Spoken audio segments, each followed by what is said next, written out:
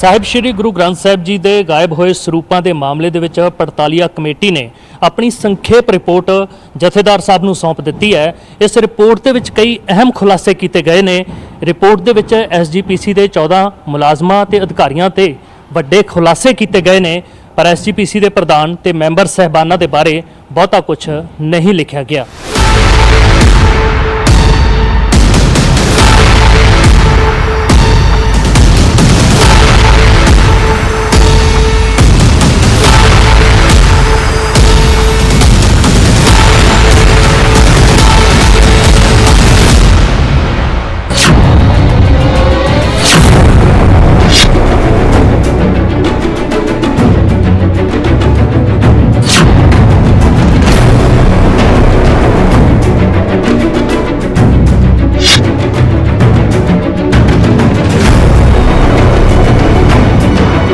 ਗੁਰੂ ਗ੍ਰੰਥ ਸਾਹਿਬ ਜੀ ਦੇ ਗਾਇਬ ਹੋਏ ਸਰੂਪਾਂ ਬਾਰੇ ਬਣੀ ਪੜਤਾਲੀਆ ਕਮੇਟੀ ਨੇ ਆਪਣੀ ਜਾਂਚ ਰਿਪੋਰਟ ਦੇ ਵਿੱਚ 14 ਮੁਲਾਜ਼ਮਾਂ ਤੇ ਅਧਿਕਾਰੀਆਂ ਤੇ ਗੰਭੀਰ ਸਵਾਲ ਖੜੇ ਕੀਤੇ ਨੇ।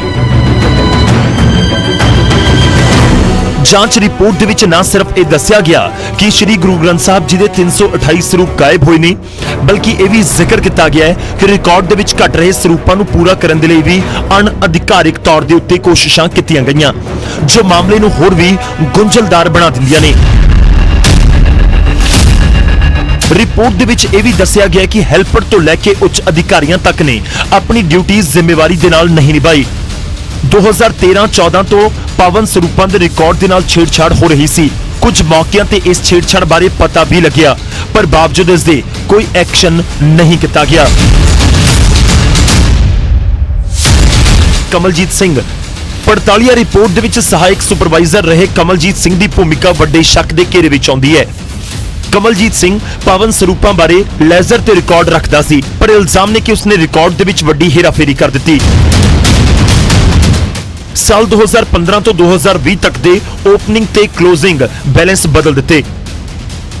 ਰਿਪੋਰਟ ਇਹ ਵੀ ਦੱਸਦੀ ਹੈ ਕਿ ਕਮਲਜੀਤ ਸਿੰਘ, ਜਸਪਿੰਦਰ ਸਿੰਘ ਤੇ ਨਿਸ਼ਾਨ ਸਿੰਘ ਦੀ ਨਿਗਰਾਨੀ ਦੇ ਵਿੱਚ ਪਾਵਨ ਸਰੂਪਾਂ ਦੀ ਪੜਤਾਲ ਹੋਈ ਤੇ 18 ਅਗਸਤ 2015 ਨੂੰ ਇੱਕ ਰਿਪੋਰਟ ਸੌਂਪੀ ਗਈ, ਜਿਸ ਵਿੱਚ ਦਿਖਾਇਆ ਗਿਆ ਕਿ 239 ਸਰੂਪ ਜ਼ਿਆਦਾ ਨੇ, ਪਰ ਜੋ ਲੈਜ਼ਰ ਪੜਤਾਲੀਆ ਕਮੇਟੀ ਨੂੰ ਸੌਂਪੀ ਗਈ ਉਸ ਦੀ ਜਾਂਚ ਦੇ ਵਿੱਚ ਪਤਾ ਲੱਗਿਆ ਕਿ 18 ਮਈ 2015 ਨੂੰ 239 ਸਰੂਪ ਵੱਧ ਨਹੀਂ ਬਲਕਿ 328 ਸਰੂਪ ਘੱਟ ਸਨ।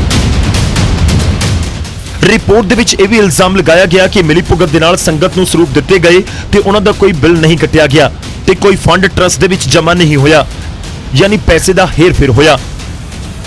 ਰਿਪੋਰਟ ਇਹ ਦੱਸਦੀ ਹੈ ਕਿ ਜਦੋਂ ਮੁਲਜ਼ਮਾਂ ਨੂੰ ਸਰੂਪਾਂ ਦੇ ਘੱਟ ਹੋਣ ਬਾਰੇ ਪਤਾ ਲੱਗਿਆ ਤਾਂ ਉਸ ਦੀ ਭਰਪਾਈ ਲਈ ਵੀ ਕੋਸ਼ਿਸ਼ਾਂ ਕੀਤੀਆਂ ਗਈਆਂ। ਪਾਵਨ ਸਰੂਪ ਅਣਅਧਿਕਾਰਿਕ ਤਰੀਕੇ ਦੇ ਨਾਲ ਤਿਆਰ ਕੀਤੇ ਗਏ।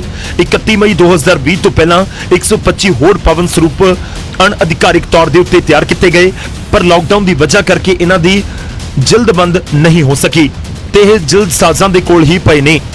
ਇਹ ਵੀ ਹੋ ਸਕਦਾ ਹੈ ਕਿ ਵਧੀਕ ਅੰਗਾਂ ਤੋਂ ਬਹੁਤ ਸਾਰੇ ਅਣਅਧਿਕਾਰਿਕ ਸਰੂਪ ਤਿਆਰ ਕਰਕੇ ਬਾਹਰ ਦਿੱਤੇ ਹੋਣ, ਕਿਉਂਕਿ ਕਮਲਜੀਤ ਸਿੰਘ 19 ਸਾਲਾਂ ਤੋਂ ਇਸੇ ਡਿਊਟੀ ਉੱਤੇ ਸੀ। ਜਾਂਚ ਰਿਪੋਰਟ ਦੇ ਵਿੱਚ ਦਰਜ ਹੈ ਕਿ 19 ਮਈ 2016 ਨੂੰ ਗੁਰਦੁਆਰਾ ਸ਼੍ਰੀ ਰਾਮਸਰ ਸਾਹਿਬ ਦੇ ਵਿੱਚ ਸ਼ਾਰਟ ਸਰਕਟ ਕਰਕੇ ਅਗਨ ਭੇਟ ਹੋਏ ਸਰੂਪਾਂ ਬਾਰੇ ਵੀ ਹੇਰ-ਫੇਰ ਹੈ। ਪ੍ਰਤੱਖਦਰਸ਼ੀਆਂ ਮੁਤਾਬਕ 14 ਸਰੂਪ ਨੁਕਸਾਨੇ ਗਏ, ਜਦਕਿ ਕਮਲਜੀਤ ਮੁਤਾਬਕ 80 ਸਰੂਪ ਨੁਕਸਾਨੇ ਗਏ ਸਨ, ਜੋ ਕਿ ਰਿਕਾਰਡ ਦੇ ਵਿੱਚ ਘਟ ਰਹੇ ਸਰੂਪਾਂ ਦਾ ਘਾਟਾ ਪੂਰਾ ਕਰਨ ਦੀ ਕੋਸ਼ਿਸ਼ ਹੋ ਸਕਦੀ ਹੈ। 2018 ਦੇ ਵਿੱਚ ਫਲਾਈਂਗ ਟੀਮ ਦੀ ਰਿਪੋਰਟ ਦੇ ਵਿੱਚ ਕਮਲਜੀਤ ਸਿੰਘ ਤੇ ਬਾਜ ਸਿੰਘ ਨੂੰ ਦੋਸ਼ੀ ਪਾਇਆ ਗਿਆ ਸੀ, ਪਰ ਫਿਰ ਵੀ ਕੋਈ ਕਾਰਵਾਈ ਨਹੀਂ ਹੋਈ, ਬਲਕਿ ਕਮਲਜੀਤ ਸਿੰਘ ਨੂੰ ਅਹਿਮ ਜ਼ਿੰਮੇਵਾਰੀ ਤੇ ਰੱਖਿਆ ਗਿਆ। ਰਿਪੋਰਟ ਦੇ ਵਿੱਚ ਦੂਜੇ ਨੰਬਰ ਤੇ ਕਲਰਕ ਬਾਜ ਸਿੰਘ ਦਾ ਨਾਮ ਹੈ। ਬਾਜ ਸਿੰਘ ਨੂੰ ਕਮਲਜੀਤ ਸਿੰਘ ਨਾਲ ਸਾਜ਼ਿਸ਼ਕਾਰ ਦੱਸਿਆ ਗਿਆ ਹੈ। 23 ਅਕਤੂਬਰ 2018 ਦੀ ਫਲਾਈਂਗ ਦੀ ਰਿਪੋਰਟ ਦੇ ਆਧਾਰ ਦੇ ਉੱਤੇ ਬਾਜ ਸਿੰਘ ਤੋਂ 9,82,700 ਰੁਪਏ ਦੇ ਗਬਨ ਦੀ ਵਸੂਲੀ ਕਰਵਾਈ ਗਈ। ਇਹ ਜੁਰਮਾਨਾ ਸਾਲ 2013 ਤੋਂ 2017 ਤੱਕ ਦਾ ਸੀ। ਬਾਜ ਸਿੰਘ ਤੇ ਇਲਜ਼ਾਮ ਹੈ ਕਿ ਉਸਨੇ ਰਸੀਦਾਂ ਕੱਟੀਆਂ, ਪਰ ਉਹਨਾਂ ਰਕਮ ਜਮ੍ਹਾਂ ਕਰਵਾਉਣ ਦੀ ਥਾਂ ਆਪਣੀ ਜੇਬ ਦੇ ਵਿੱਚ ਪਾ ਲਈ। ਫਲਾਈਂਗ ਵਿਭਾਗ ਦੇ ਵੱਲੋਂ ਬਾਜ ਸਿੰਘ ਨੂੰ ਕਿਸੇ ਅਹਿਮ ਅਹੁਦੇ ਤੇ ਡਿਊਟੀ ਨਾ ਦੇਣ ਦੀ ਸਿਫਾਰਿਸ਼ ਕੀਤੀ ਗਈ, ਪਰ ਇਸ ਦੇ ਬਾਵਜੂਦ ਉਸ ਨੂੰ ਅਹਿਮ ਜ਼ਿੰਮੇਵਾਰੀਆਂ ਸੌਂਪੀਆਂ ਗਈਆਂ।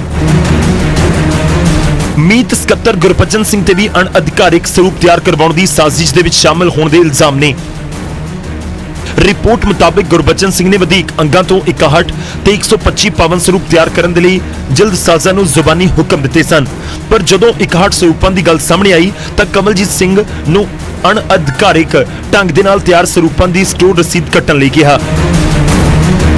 ਗੁਰਬਚਨ ਸਿੰਘ ਦੀਆਂ ਬਹੁਤ ਸਾਰੀਆਂ ਟੈਲੀਫੋਨ ਰਿਕਾਰਡਿੰਗ ਵੀ ਪੜਤਾਲੀਆ ਕਮੇਟੀ ਦੇ ਕੋਲ ਨੇ, ਜਿਸ ਵਿੱਚ ਉਹ ਠੇਕੇਦਾਰ ਕੁਲਵੰਤ ਸਿੰਘ ਤੇ ਗੁਰਮੁਖ ਸਿੰਘ ਦੇ ਨਾਲ ਅਣਅਧਿਕਾਰਿਕ ਤੌਰ ਦੇ ਉੱਤੇ ਤਿਆਰ ਕੀਤੇ ਜਾ ਰਹੇ ਸਰੂਪਾਂ ਬਾਰੇ ਗੱਲ ਕਰਦਾ ਹੈ। ਚੌਥਾ ਨਾਂ ਹੈਲਪਰ ਦਲਬੀਰ ਸਿੰਘ ਦਾ ਹੈ, ਜਿਸ ਤੇ ਪਵਨ ਸਰੂਪਾਂ ਦੇ ਕੱਟੇ ਜਾਂਦੇ ਡੂਚਾਂ ਦੀਆਂ ਐਂਟਰੀਆਂ ਬਦਲਣ ਦਾ ਇਲਜ਼ਾਮ ਹੈ।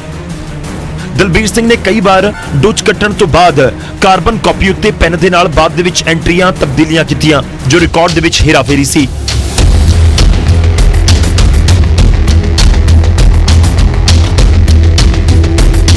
ਪੰਜਵਾਂ ਨੰਬਰ ਜਲਦਸਾਜ਼ਾਂ ਕੁਲਵੰਤ ਸਿੰਘ ਤੇ ਜਸਪ੍ਰੀਤ ਸਿੰਘ ਦਾ ਹੈ, ਜਿਨ੍ਹਾਂ ਨੇ ਗੁਰਬਚਨ ਸਿੰਘ ਦੀ ਜ਼ੁਬਾਨੀ ਹੁਕਮਾਂ ਤੇ 61 ਵੱਡੇ ਆਕਾਰ ਦੇ ਪਵਨ ਸਰੂਪ ਅਣਅਧਿਕਾਰਿਕ ਤਰੀਕੇ ਦੇ ਨਾਲ ਤਿਆਰ ਕਰਕੇ ਕਮਲਜੀਤ ਸਿੰਘ ਨੂੰ ਦਿੱਤੇ। ਇਹਨਾਂ ਦੋਵਾਂ ਦੇ ਕੋਲ ਜ਼ਿਲਦਬੰਦੀ ਲਈ ਪਵਨ ਸਰੂਪਾਂ ਦੇ ਕਿੰਨੇ ਅੰਗ ਆਏ, ਕਿੰਨੇ ਵਰਤੇ ਗਏ, ਇਸ ਬਾਰੇ ਕੋਈ ਰਿਕਾਰਡ ਨਹੀਂ ਹੈ। ਇਸ ਲਈ ਦੋਵੇਂ ਜਲਦਸਾਜ਼ਾਂ ਨੂੰ ਪਵਨ ਸਰੂਪਾਂ ਦੀ ਬੇਅਦਬੀ ਤੇ ਵਾਧ ਘਾਟ ਦੇ ਲਈ ਬਰਾਬਰ ਦੇ ਜ਼ਿੰਮੇਵਾਰ ਜਾਂਚ ਰਿਪੋਰਟ 'ਚ ਮੰਨਿਆ ਗਿਆ ਹੈ। ਕਮਲਜੀਤ ਸਿੰਘ, ਬਾਜ ਸਿੰਘ, ਦਲਬੀਰ ਸਿੰਘ ਤੇ ਗੁਰਬਚਨ ਸਿੰਘ ਉਹ ਸ਼ਖਸ ਨੇ ਜਿਨ੍ਹਾਂ ਤੇ ਗੁਰੂ ਗ੍ਰੰਥ ਸਾਹਿਬ ਦੇ ਗਾਇਬ ਹੋਏ ਸਰੂਪਾਂ ਦੇ ਰਿਕਾਰਡ ਨਾਲ ਛੇੜਛਾੜ ਕਰਨ ਅਤੇ ਫਿਰ ਆਪਣੀ ਉਸ ਗਲਤੀ ਨੂੰ ਲੁਕਾਉਣ ਦੇ ਲਈ ਅਣਅਧਿਕਾਰਿਕ ਤੌਰ ਤੇ ਵੱਖਰੇ ਸਰੂਪ ਛਪਵਾਉਣ ਦੇ ਇਲਜ਼ਾਮ ਲੱਗੇ ਨੇ, ਜਦਕਿ ਕੁਲਵੰਤ ਸਿੰਘ ਤੇ ਜਸਪ੍ਰੀਤ ਜਲਦਬਾਜ਼ ਨੇ ਜਿਨ੍ਹਾਂ ਤੇ ਅਣਅਧਿਕਾਰਿਕ ਸਰੂਪ ਛਾਪਣ ਦੀ ਸਾਜ਼ਿਸ਼ ਵਿੱਚ ਸ਼ਾਮਲ ਹੋਣ ਦੇ ਇਲਜ਼ਾਮ ਨੇ। ਇਸ ਤੋਂ ਇਲਾਵਾ SGPC ਦੇ ਕੁਝ ਹੋਰ ਅਧਿਕਾਰੀ ਤੇ ਮੈਂਬਰ ਨੇ ਜਿਨ੍ਹਾਂ ਦੀ ਭੂਮਿਕਾ ਸ਼ੱਕ ਦੇ ਘੇਰੇ ਵਿੱਚ ਆਉਂਦੀ ਹੈ। ਇਸ ਤੋਂ ਬਾਅਦ ਨਾਮ ਆਉਂਦਾ ਹੈ ਸਤਿੰਦਰ ਸਿੰਘ ਮੀਤ ਸਕੱਤਰ ਫਾਈਨਾਂਸ ਦਾ, ਜੋ 2016 ਦੇ ਵਿੱਚ ਪਬਲਿਕੇਸ਼ਨ ਵਿਭਾਗ ਦੇ ਵਿੱਚ ਮੀਤ ਸਕੱਤਰ ਦੇ ਅਹੁਦੇ ਉੱਤੇ ਸੀ। 19 ਮਈ 2016 ਨੂੰ ਸ਼ਾਰਟ ਸਰਕਟ ਤੇ ਪਾਣੀ ਦੀਆਂ ਬੁਛਾੜਾਂ ਦੇ ਨਾਲ ਨੁਕਸਾਨੇ ਗਏ ਪਾਵਨ ਸਰੂਪਾਂ ਦਾ ਉਸਨੇ ਕੋਈ ਰਿਕਾਰਡ ਨਹੀਂ ਰੱਖਿਆ। ਗੋਇੰਦਵਾਲ ਸਾਹਿਬ ਦੇ ਵਿੱਚ ਜਿੱਥੇ ਸਰੂਪਾਂ ਦਾ ਸੰਸਕਾਰ ਕੀਤਾ ਗਿਆ ਉੱਥੇ ਵੀ ਕੋਈ ਐਂਟਰੀ ਨਹੀਂ ਮਿਲੀ, ਜੋ ਕਿ ਵੱਡੀ ਲਾਪਰਵਾਹੀ ਹੈ।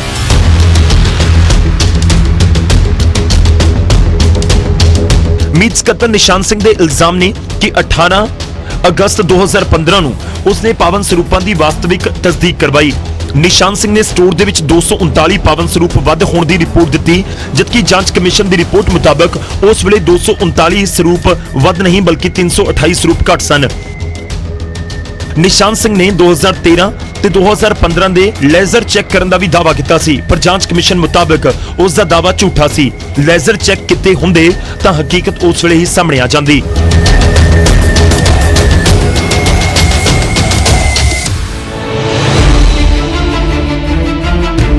18 ਫਰਵਰੀ 2015 ਨੂੰ ਨਿਸ਼ਾਨ ਸਿੰਘ ਦੇ ਆਫਿਸ ਨੋਟ ਤੇ ਮਨਜੀਤ ਸਿੰਘ ਸਕੱਤਰ ਨੇ ਨਿਗਰਾਨੀ ਦੇ ਵਿੱਚ ਪਾਵਨ ਸਰੂਪਾਂ ਦੀ ਪੜਤਾਲ ਹੋਈ ਤੇ ਰਿਪੋਰਟ ਦੇ ਵਿੱਚ ਪਾਵਨ ਸਰੂਪਾਂ ਨੂੰ ਸਸਪੈਂਸ ਖਾਤੇ ਦੇ ਵਿੱਚ ਪਾ ਦਿੱਤਾ ਗਿਆ, ਜੋ ਵੱਡੀ ਅਣਗਹਿਲੀ ਸੀ।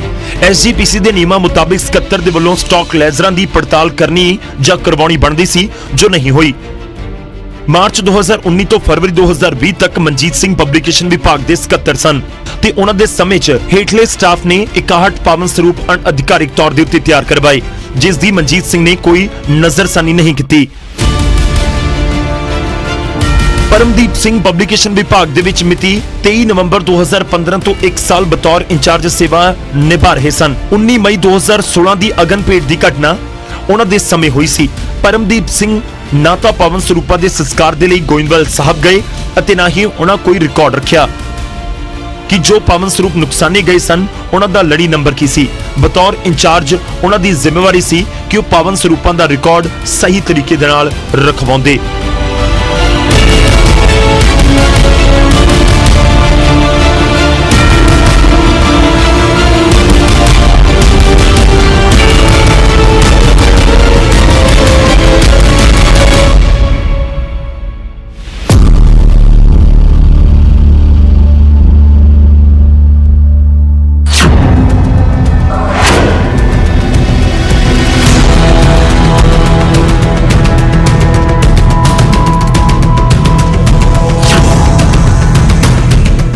ਡਾਕਟਰ ਰੂਪ ਸਿੰਘ 2016 ਚ ਪਬਲਿਕੇਸ਼ਨ ਵਿਭਾਗ ਦੇ ਸਕੱਤਰ ਰਹੇ, ਫਿਰ ਉਹਨਾਂ ਕਦੇ ਵੀ ਪਾਵਨ ਸਰੂਪਾਂ ਦੀ ਵਾਸਤਵਿਕ ਤਸਦੀਕ ਨਹੀਂ ਕਰਵਾਈ।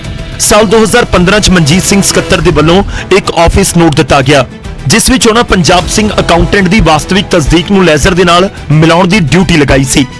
ਮਨਜੀਤ ਸਿੰਘ ਸਕੱਤਰ ਦੀ ਪਬਲੀਕੇਸ਼ਨ ਵਿਭਾਗ ਤੋਂ ਬਦਲੀ ਹੋਣ ਕਾਰਨ ਅਗਲੇ ਸਕੱਤਰ ਰੂਪ ਸਿੰਘ ਦੀ ਇਹ ਜ਼ਿੰਮੇਵਾਰੀ ਬਣਦੀ ਸੀ ਕਿ ਉਹ ਇਸ ਸੰਬੰਧੀ ਰਹਿੰਦੀ ਕਾਰਵਾਈ ਮੁਕੰਮਲ ਕਰਵਾਉਂਦੇ।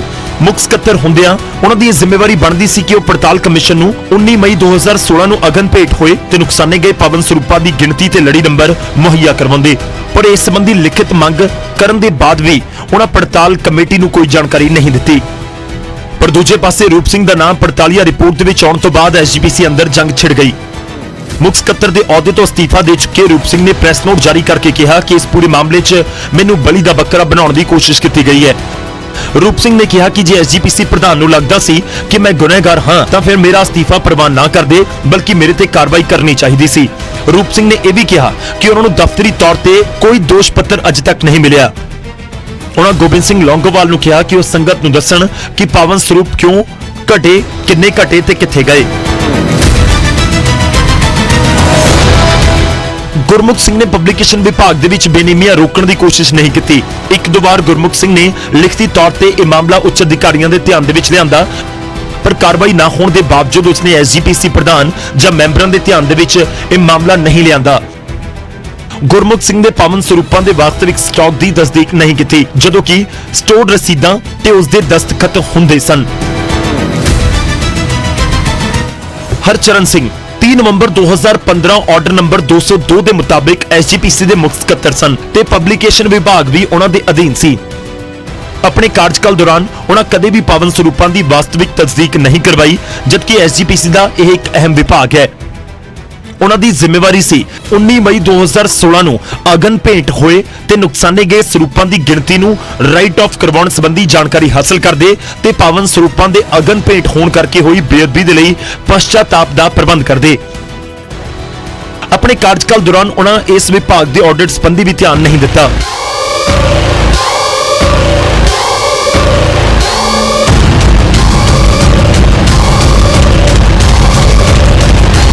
ਜੁਝਾਰ ਸਿੰਘ ਆਡਿਟ ਬ੍ਰਾਂਚ ਦੇ ਵਿੱਚ ਕੰਮ ਕਰਦਾ ਸੀ ਤੇ ਪਬਲੀਕੇਸ਼ਨ ਵਿਭਾਗ ਦੇ ਨਾਲ ਸੰਬੰਧਿਤ ਸੀ। ਉਸਨੇ ਸਾਲ 2012-2013 ਤੋਂ ਪਾਵਨ ਸਰੂਪਾਂ ਦੇ ਸਟੋਰ ਲੈਜ਼ਰ ਨੂੰ ਚੈੱਕ ਕੀਤਾ ਤੇ ਬੈਲੈਂਸ ਸ਼ੀਟਾਂ ਦਾ ਆਡਿਟ ਕਰਵਾਉਣ ਦੇ ਲਈ ਪਾਵਨ ਸਰੂਪਾਂ ਦੇ ਸਟਾਕ ਦਾ ਵੇਰਵਾ ਤਿਆਰ ਕੀਤਾ। ਜੁਝਾਰ ਸਿੰਘ ਮੁਤਾਬਿਕ ਕਮਲਜੀਤ ਸਿੰਘ ਸਹਾਇਕ ਸੁਪਰਵਾਈਜ਼ਰ ਹਿਸਾਬ ਕਿਤਾਬ ਰੱਖਣ ਦੇ ਵਿੱਚ ਕਮਜ਼ੋਰ ਸਨ।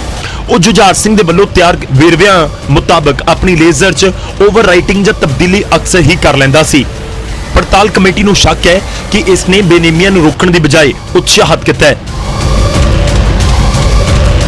ਅਮਰਜੀਤ ਨੇ 19 ਮਈ 2016 ਨੂੰ ਨੁਕਸਾਨੇ ਗਏ ਪਾਵਨ ਸਰੂਪਾਂ ਦਾ ਰਿਕਾਰਡ ਗੋਇੰਦਵਾਲ ਸਾਹਿਬ ਵਿਖੇ ਦਰਜ ਨਹੀਂ ਕਰਵਾਇਆ। ਅਮਰਜੀਤ ਨੇ ਨਿਯਮਾਂ ਮੁਤਾਬਕ ਡਿਊਟੀ ਨਹੀਂ ਕੀਤੀ। ਉਸ ਨੂੰ ਪਾਵਨ ਸਰੂਪਾਂ ਦਾ ਰਿਕਾਰਡ ਦਰਜ ਨਾ ਹੋਣ ਬਾਰੇ ਐਸਜੀਪੀਸੀ ਪ੍ਰਧਾਨ ਜਾਂ ਉੱਚ ਅਧਿਕਾਰੀਆਂ ਨੂੰ ਸ਼ਿਕਾਇਤ ਦਰਜ ਕਰਵਾਉਣੀ ਚਾਹੀਦੀ ਸੀ। ਬੈਬਲ ਕਲਾਂ ਕਰਕੇ ਮਾਹੌਲ ਸੰਗੀਨ ਸੀ। ਇਸ ਤਰ੍ਹਾਂ ਪੜਤਾਲ ਕਮੇਟੀ ਇਹਨਾਂ ਨੂੰ ਦੋਸ਼ੀ ਮੰਨ ਕੇ ਬਣਦੀ ਕਾਰਵਾਈ ਦੀ ਮੰਗ ਕਰਦੀ ਹੈ।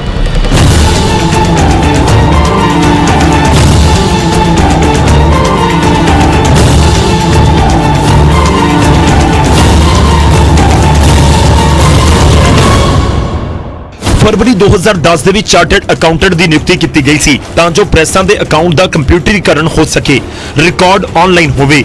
ਚਾਰਟਰਡ ਅਕਾਊਂਟੈਂਟ ਦੀ ਡਿਊਟੀ ਦੇ ਵਿੱਚ 4 ਕੰਮ ਮੌਜੂਦ ਸਨ। ਪਹਿਲਾ ਕੰਮ ਰੋਜ਼ਾਨਾ ਆਧਾਰ ਤੇ ਸਟੋਰ ਸਣੇ ਸਾਰੀਆਂ ਥਾਵਾਂ ਦਾ ਇੰਟਰਨਲ ਆਡਿਟ ਕਰਨਾ। ਦੂਜਾ ਕੰਮ ਸਾਰੀਆਂ ਥਾਵਾਂ ਦੇ ਖਾਤਿਆਂ ਦਾ ਰੋਜ਼ਾਨਾ ਆਧਾਰ ਤੇ ਕੰਪਿਊਟਰ ਤੇ ਰਿਕਾਰਡ ਰੱਖਣਾ। ਤੀਜਾ ਕੰਮ ਵਿਸ਼ਵ ਪ੍ਰਸਿੱਧ ਸਲਾਹਕਾਰ ਕੰਪਨੀ ਦੇ ਵੱਲੋਂ ਸਿਫਾਰਿਸ਼ ਕੀਤੇ ਗਏ ਇੰਟਰਨਲ ਕੰਟਰੋਲ ਸਿਸਟਮ ਨੂੰ ਲਾਗੂ ਕਰਨਾ। ਤੇ ਚੌਥਾ ਕੰਮ ਸੀ ਸਲਾਹਕਾਰ ਫਰਮ ਵੱਲੋਂ ਡਿਜ਼ਾਈਨ ਕੀਤੇ ਆਨਲਾਈਨ ਸਿਸਟਮ ਨੂੰ ਲਾਗੂ ਕਰਨਾ। ਪਰ ਹੁਣ ਤੱਕ ਨਾ ਤਾਂ ਆਨਲਾਈਨ ਸਿਸਟਮ ਲਾਗੂ ਹੋਇਆ ਤੇ ਨਾ ਹੀ ਇੰਟਰਨਲ ਕੰਟਰੋਲ ਸਿਸਟਮ ਹੀ ਚੱਲਿਆ। ਜੋ ਇੰਟਰਨਲ ਕੰਟਰੋਲ ਸਿਸਟਮ ਲਾਗੂ ਹੁੰਦਾ ਤਾਂ ਲੈਜ਼ਰਾਂ ਦੇ ਵਿੱਚ ਆਈ ਉਣਤਾਈਆਂ ਨਾ ਰਹਿੰਦੀਆਂ ਤੇ ਪਾਵਨ ਸਰੂਪਾਂ ਦੀ ਗਿਣਤੀ 'ਚ ਵਾਧ ਘਾਟ ਨਾ ਹੁੰਦੀ, ਜੋ ਸਾਲ 2013-2014 ਤੋਂ ਲਗਾਤਾਰ ਜਾਰੀ ਹੈ। ਰਿਕਾਰਡ ਦਾ ਵੀ ਕੰਪਿਊਟਰੀਕਰਨ ਨਹੀਂ ਹੋਇਆ, ਜਿਸ ਕਰਕੇ ਲੈਜ਼ਰਾਂ ਦੇ ਵਿੱਚ ਹੁਣ ਤੱਕ ਕੱਚੀ ਪੈਨਸਲ ਦੇ ਨਾਲ ਹੀ ਰਿਕਾਰਡ ਦਰਜ ਹੋ ਰਿਹਾ ਹੈ। ਚਾਰਟਰਡ ਅਕਾਊਂਟੈਂਟ ਦੀ ਨਿਯੁਕਤੀ ਦੇ 10 ਸਾਲ ਬਾਅਦ ਵੀ ਕੰਮ ਅਧੂਰੇ ਨੇ। ਅਸਲ ਦੇ ਵਿੱਚ ਐਸਐਸ ਕੋਹਲੀ ਚਾਰਟਰਡ ਅਕਾਊਂਟੈਂਟ ਜੋ ਕਿ ਪ੍ਰੋਪਰਾਈਟਰ ਫਰਮ ਹੈ, ਉਸ ਨੂੰ 4 ਕੰਮ ਦਿੱਤੇ ਗਏ ਸਨ ਜੋ ਪੂਰੇ ਨਹੀਂ ਹੋਏ। ਕਮੇਟੀ ਨੇ ਪਾਇਆ ਕਿ ਉਸਨੇ ਆਪਣੀ ਡਿਊਟੀ ਦਾ ਸਿਰਫ 25% ਕੰਮ ਕੀਤਾ ਹੈ। ਇਸ ਲਈ ਹੁਣ ਤੱਕ ਉਸ ਨੂੰ ਹੋਏ ਭੁਗਤਾਨ ਦਾ 75% ਪੈਸਾ ਐਸਜੀਪੀਸੀ ਨੂੰ ਵਾਪਸ ਵਸੂਲਣ ਦੀ ਸਿਫਾਰਿਸ਼ ਕੀਤੀ ਗਈ ਹੈ। क्योंकि एसजीपीसी कोई कमर्शियल संस्था नहीं। संगत ਦੇ ਪੈਸੇ ਚੋਂ ਹੀ ਸਤਿੰਦਰ ਕੋਹਲੀ ਫਰਮ ਨੂੰ ਪੈਸਾ ਦਿੱਤਾ ਗਿਆ ਜਿਸ ਨੇ ਆਪਣਾ ਕੰਮ ਪੂਰਾ ਨਹੀਂ ਕੀਤਾ। ਇਸ ਲਈ ਸੰਗਤ ਦਾ ਪੈਸੇ ਦੀ ਇਸ ਤਰ੍ਹਾਂ ਦੁਰਵਰਤੋਂ ਨਹੀਂ ਹੋ ਸਕਦੀ। ਜੇ ਕੋਹਲੀ ਫਰਮ ਨੇ ਆਪਣਾ ਕੰਮ ਪੂਰਾ ਕੀਤਾ ਹੁੰਦਾ, ਰਿਕਾਰਡ ਦਾ ਕੰਪਿਊਟਰੀਕਰਨ ਹੋ ਜਾਂਦਾ ਤਾਂ ਲੇਜ਼ਰਾਂ ਦਾ ਇੰਨਾ ਮਾੜਾ ਹਾਲ ਨਹੀਂ ਹੁੰਦਾ। ਐਸਜੀਪੀਸੀ ਤੇ ਤਬਾਹ ਨਾ ਲੱਗਦਾ। ਰਿਪੋਰਟ ਦੇ ਵਿੱਚ ਇਹ ਵੀ ਦਰਜ ਹੈ ਕਿ ਐਸਐਸ ਕੋਹਲੀ ਐਂਡ ਐਸੋਸੀਏਟ ਨੇ ਮਿਤੀ 16 ਜੂਨ 2016 ਨੂੰ ਇੱਕ ਆਫਿਸ ਨੋਟ ਸ਼੍ਰੋਮਣੀ ਕਮੇਟੀ ਦੇ ਤਤਕਾਲੀ ਪ੍ਰਧਾਨ ਨੂੰ ਜਾਰੀ ਕੀਤਾ ਸੀ ਜਿਸ ਵਿੱਚ ਕੁਝ ਅਹਿਮ ਨੁਕਤੇ ਸਨ। ਇਸ ਆਫਿਸ ਨੋਟ ਦੇ ਵਿੱਚ ਕਿਹਾ ਗਿਆ ਸੀ ਕਿ 골ਡਨ ਆਫਸੈਟ ਪ੍ਰੈਸ ਵਿਖੇ ਪਬਲੀਕੇਸ਼ਨ ਵਿਭਾਗ ਦੇ ਵਿੱਚ ਕੀਤੀ ਚੈਕਿੰਗ ਦੌਰਾਨ ਇਹ ਵੇਖਣ ਦੇ ਵਿੱਚ ਆਇਆ ਹੈ ਕਿ ਇੱਥੇ ਪਏ ਸਟਾਕ ਦੀ ਕੋਈ ਵੀ ਆਈਟਮ ਚਾਹੇ ਉਹ ਪਾਵਨ ਸਰੂਪ ਹੋਣ, ਚਾਹੇ ਉਹ ਕੋਈ ਵੀ ਧਾਰਮਿਕ ਕਿਤਾਬ ਜਾਂ ਗੁਟਕਾ ਸਾਹਿਬ ਹੋਣ, ਕਿਸੇ ਦੀ ਵੀ ਗਿਣਤੀ ਸਟਾਕ ਲੇਜ਼ਰ ਦੇ ਨਾਲ ਮੇਲ ਨਹੀਂ ਖਾਂਦੀ। ਅਕਸਰ ਇਹਨਾਂ ਦੀ ਪੋਸਟਿੰਗ ਵੀ ਲੇਜ਼ਰ ਦੇ ਵਿੱਚ ਗਲਤ ਹੀ ਕਰ ਦਿੱਤੀ ਜਾਂਦੀ ਹੈ। ਲੇਜ਼ਰ ਦੇ ਵਿੱਚ ਬਹੁਤ ਥਾਵਾਂ ਤੇ ਕਟਿੰਗ ਵੀ ਕੀਤੀ ਹੋਈ ਹੈ। ਕੁਝ ਸਟਾਕ ਤਾਂ ਲੇਜ਼ਰ ਦੇ ਵਿੱਚ ਨੈਗੇਟਿਵ ਵੀ ਨੇ। ਇਹਨਾਂ ਵੱਲੋਂ ਲੇਜ਼ਰਾਂ ਬਿਲਕੁਲ ਠੀਕ ਢੰਗ ਦੇ ਨਾਲ ਨਹੀਂ ਲਿਖੀਆਂ ਗਈਆਂ ਅਤੇ ਨਾ ਹੀ ਲੇਜ਼ਰਾਂ ਦੇ ਵਿੱਚ ਸਟਾਕ ਬਾਰੇ ਕੁਝ ਪਤਾ ਚੱਲਦਾ ਹੈ। ਇਹਨਾਂ ਦੇ ਵੱਲੋਂ ਜੋ ਵੀ ਲਿਟਰੇਚਰ ਆਦਿ ਵੇਚਿਆ ਜਾਂਦਾ ਹੈ ਉਹਨਾਂ ਦੇ ਵਿੱਚੋਂ ਕੁਝ ਤਾਂ ਕੈਸ਼ ਅਤੇ ਕੁਝ ਉਧਾਰ ਵੇਚਿਆ ਜਾਂਦਾ ਹੈ, ਪਰ ਇਹਨਾਂ ਦੇ ਵੱਲੋਂ ਉਧਾਰ ਵੇਚੇ ਲਿਟਰੇਚਰ ਦੀ ਕੋਈ ਡਿਟੇਲ ਮੌਜੂਦ ਨਹੀਂ ਅਤੇ ਨਾ ਹੀ ਇਹਨਾਂ ਦੇ ਵੱਲੋਂ ਕੋਈ ਸਬ ਲੇਜ਼ਰ ਲਗਾਈ ਗਈ ਹੈ। ਕਈ ਵਾਰ ਲਿਟਰੇਚਰ ਜਾਂ ਪਾਵਨ ਸਰੂਪ ਦੇਣ ਵਾਲੇ ਵਾਊਚਰਾਂ ਦੇ ਨਾਲ ਕੋਈ ਵੀ ਆਗਿਆ ਲੈਟਰ ਅਟੈਚ ਨਹੀਂ ਹੁੰਦਾ ਤੇ ਨਾ ਹੀ ਇਹਨਾਂ ਵੱਲੋਂ ਲੇਜ਼ਰਾਂ ਤੇ ਪੋਸਟਿੰਗ ਹੀ ਕੀਤੀ ਜਾਂਦੀ ਹੈ। ਇਸ ਸੰਬੰਧੀ ਜਲਦ ਤੋਂ ਜਲਦ ਪੜਤਾਲ ਕਰਵਾ ਕੇ ਸਟਾਕ ਨੂੰ ਮਿਲਾ ਕੇ ਸਾਰੇ ਫਰਕ ਕੱਢਣੇ ਚਾਹੀਦੇ ਨੇ ਅਤੇ ਅੱਗੇ ਤੋਂ ਇਹਨਾਂ ਨੂੰ ਸਹੀ ਢੰਗ ਦੇ ਨਾਲ ਤਿਆਰ ਕਰਨ ਦੀ ਤਾਕੀਦ ਕਰਨੀ ਚਾਹੀਦੀ ਹੈ। ਅਸੀਂ ਇਸ ਸੰਬੰਧੀ ਸਾਡੇ ਵੱਲੋਂ ਤਿਆਰ ਕੰਪਿਊਟਰਾਈਜ਼ਡ ਸਟਾਕ ਲੇਜ਼ਰ ਦੀ ਕਾਪੀ ਨੱਥੀ ਕਰ ਰਹੇ ਹਾਂ। ਹਾਲਾਂਕਿ ਇਸ ਆਫਿਸ ਨੋਟ ਕਿਸੇ ਮੀਮੋ ਨੰਬਰ ਦੇ ਨਾਲ ਜਾਰੀ ਕੀਤਾ ਗਿਆ, ਇਸ ਬਾਰੇ ਇਸ ਨੋਟ ਦੇ ਵਿੱਚ ਕੋਈ ਜਾਣਕਾਰੀ ਨਹੀਂ ਹੈ। ਇਹ ਨੋਟ ਕਮੇਟੀ ਪ੍ਰਧਾਨ ਤੱਕ ਕਿਵੇਂ ਪਹੁੰਚਿਆ ਇਸ ਬਾਰੇ ਵੀ ਕੋਈ ਤੱਥ ਪੇਸ਼ ਨਹੀਂ ਕੀਤਾ ਗਿਆ। ਸਟਾਕ ਲੇਜ਼ਰ ਦੀ ਕਾਪੀ ਜੋ ਇਸ ਰਿਪੋਰਟ ਦੇ ਨਾਲ ਨੱਥੀ ਕੀਤੀ ਦਰਸਾਈ ਗਈ ਹੈ ਉਹ ਵੀ ਪੜਤਾਲੀਆ ਕਮਿਸ਼ਨ ਦੇ ਮੰਗਣ ਤੇ ਹੀ ਪੇਸ਼ ਨਹੀਂ ਕੀਤੀ ਗਈ। ਪੜਤਾਲੀਆ ਰਿਪੋਰਟ ਦੇ ਵਿੱਚ ਅੰਤਰਿੰਗ ਕਮੇਟੀ ਦੇ ਮੈਂਬਰਾਂ ਤੇ ਅਹੁਦੇਦਾਰਾਂ ਦਾ ਵੀ ਜ਼ਿਕਰ ਹੈ। 19 ਮਈ 2016 ਨੂੰ ਗੁਰਦੁਆਰਾ ਸ਼੍ਰੀ ਰਾਮਸਰ ਸਾਹਿਬ ਵਿਖੇ ਸ਼੍ਰੀ ਗੁਰੂ ਗ੍ਰੰਥ ਸਾਹਿਬ ਜੀ ਦੇ ਪਾਵਨ ਸਰੂਪ ਅਗਨ ਭੇਂਟ ਹੋਣ ਦੀ ਮੰਦਭਾਗੀ ਘਟਨਾ ਤੋਂ ਬਾਅਦ ਉਸ ਵੇਲੇ ਦੇ ਅੰਤਰਿੰਗ ਕਮੇਟੀ ਦੇ ਮੈਂਬਰ ਤੇ ਅਹੁਦੇਦਾਰ ਅਧਿਕਾਰੀਆਂ ਸਣੇ ਮੌਕੇ ਉੱਤੇ ਪਹੁੰਚੇ ਸਨ। ਮਰਿਆਦਾ ਮੁਤਾਬਕ ਇਸ ਘਟਨਾ ਦੇ ਲਈ ਗੁਰੂ ਸਾਹਿਬ ਅੱਗੇ ਪਛਤਾਪ ਵਜੋਂ ਅਰਦਾਸ ਕਰਨੀ ਜਾਂ ਕਰਵਾਉਣੀ ਅੰਤਰਿੰਗ ਕਮੇਟੀ ਅਹੁਦੇਦਾਰਾਂ ਤੇ ਅਧਿਕਾਰੀਆਂ ਦੀ ਜ਼ਿੰਮੇਵਾਰੀ ਸੀ। ਕਿਸੇ ਨੇ ਵੀ ਇਸ ਘਟਨਾ ਦੇ ਲਈ ਪਛਤਾਪ ਕਰਨਾ ਯੋਗ ਨਹੀਂ ਸਮਝਿਆ। ਇਹ ਬਹੁਤ ਬੱਜਰ ਗਲਤੀ ਸੀ। ਐਸਜੀਪੀਸੀ ਦੇ ਵੱਲੋਂ ਪਛਤਾਪ ਦੇ ਲਈ ਸ਼੍ਰੀ ਅਖੰਡ ਪਾਠ ਸਾਹਿਬ ਜਾਂ ਸਹਿਜ ਪਾਠ ਕਰਵਾਉਣਾ ਚਾਹੀਦਾ ਸੀ। ਪੜਤਾਲੀਆ ਕਮੇਟੀ ਨੇ ਬੜੇ ਸਪਸ਼ਟ ਤੌਰ ਤੇ ਗਾਇਬ ਸਰੂਪਾਂ, ਅਗਨ ਭੇਟ ਹੋਏ ਸਰੂਪਾਂ ਤੇ ਘਾਟੇ ਨੂੰ ਪੂਰਾ ਕਰਨ ਦੇ ਲਈ ਅਣਅਧਿਕਾਰਿਤ ਤੌਰ ਤੇ ਤਿਆਰ ਕੀਤੇ ਗਏ ਸਰੂਪਾਂ ਬਾਰੇ ਐਸਜੀਪੀਸੀ ਨੂੰ ਰਿਪੋਰਟ ਇਹ ਸੌਂਪੀ ਹੈ। ਪਰ ਐਸਜੀਪੀਸੀ ਹੁਣ ਇਸ ਰਿਪੋਰਟ ਦੇ ਉੱਤੇ ਵੱਡੀ ਕਾਰਵਾਈ ਕਰਨ ਤੋਂ ਪਿੱਛੇ ਹਟਦੀ ਨਜ਼ਰ ਆਉਂਦੀ ਹੈ। ਐਸਜੀਪੀਸੀ ਮੁਖੀ ਗੋਬਿੰਦ ਸਿੰਘ ਲੌਂਗੋਵਾਲ ਨੇ ਕਿਹਾ ਕਿ ਉਹ ਪੜਤਾਲੀਆ ਕਮੇਟੀ ਦੀ ਰਿਪੋਰਟ 'ਚ ਮੁਲਜ਼ਮ ਠਹਿਰਾਏ ਗਏ ਮੁਲਾਜ਼ਮਾਂ ਤੇ ਅਧਿਕਾਰੀਆਂ ਦੇ ਖਿਲਾਫ ਕਾਨੂੰਨੀ ਕਾਰਵਾਈ ਨਹੀਂ ਕਰਨਗੇ, ਬਲਕਿ ਐਸਜੀਪੀਸੀ ਆਪਣੇ ਪੱਧਰ ਦੇ ਉੱਤੇ ਹੀ ਕਾਰਵਾਈ ਕਰੇਗੀ।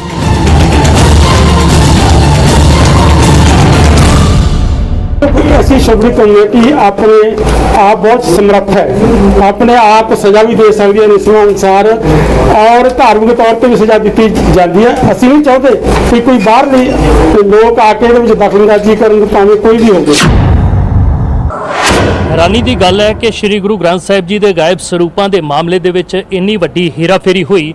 ਰਿਪੋਰਟ ਦੇ ਵਿੱਚ ਪੈਸੇ ਦੇ ਹੇਰ-ਫੇਰ ਦੀ ਗੱਲ ਵੀ ਬੜੇ ਸਪਸ਼ਟ ਤੌਰ ਤੇ ਲਿਖੀ ਗਈ ਹੈ ਜੋ ਕਿ ਇੱਕ ਕਾਨੂੰਨੀ ਅਪਰਾਧ ਹੈ। ਜਥੇਦਾਰ ਸਾਹਿਬ ਵੀ ਇਸ ਮਾਮਲੇ ਦੇ ਵਿੱਚ ਕਾਨੂੰਨੀ ਕਾਰਵਾਈ ਦੇ ਹੱਕ ਵਿੱਚ ਨੇ, ਪਰ ਫਿਰ ਐਸਜੀਪੀਸੀ ਦੀ ਐਸੀ ਕਿਹੜੀ ਮਜਬੂਰੀ ਹੈ ਕਿ ਹੁਣ ਉਹ ਕਾਨੂੰਨੀ ਕਾਰਵਾਈ ਤੋਂ ਪਿੱਛੇ ਹਟ ਰਹੀ ਹੈ, ਜੋ ਕਿ ਹੈਰਾਨ ਕਰਨ ਵਾਲੀ ਗੱਲ ਹੈ।